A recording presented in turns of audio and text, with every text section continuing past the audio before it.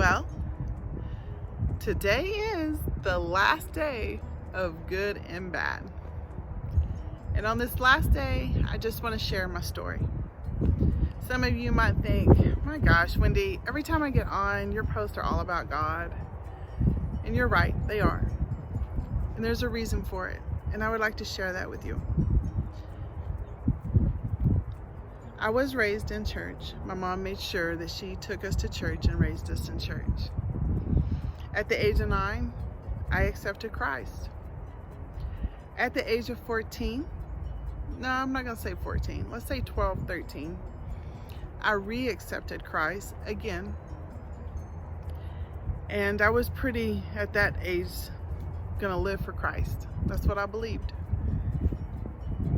And then one thing led to another through various events. And next thing I know, at the age of 18, I became an atheist. And I denied that there was even a God.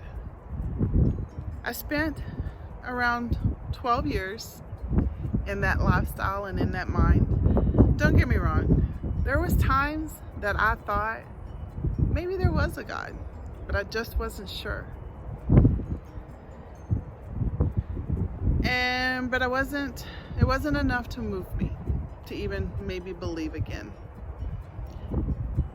And then the thing I feared most, let's just put it that way, the thing I feared most happened in my life.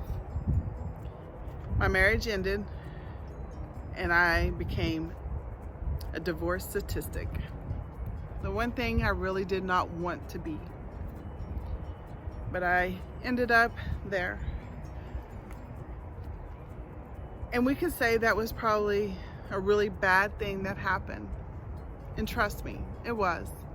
There was a lot of things I had to go through during that divorce. But there was one good thing that came out that overtook all the bad. And it was a divorce that brought me to my knees and surrendered my life over to Christ. And from that point on, I started living for Christ every day.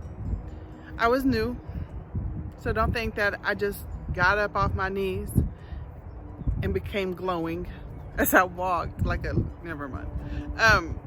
But I did start the process to living fully for Christ. And I've told you about depression, and I've told you about some of the struggles that I've had in my life.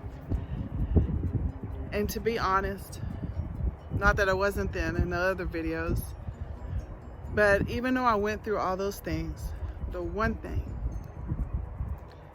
that capped off all those things to get rid of everything was Christ.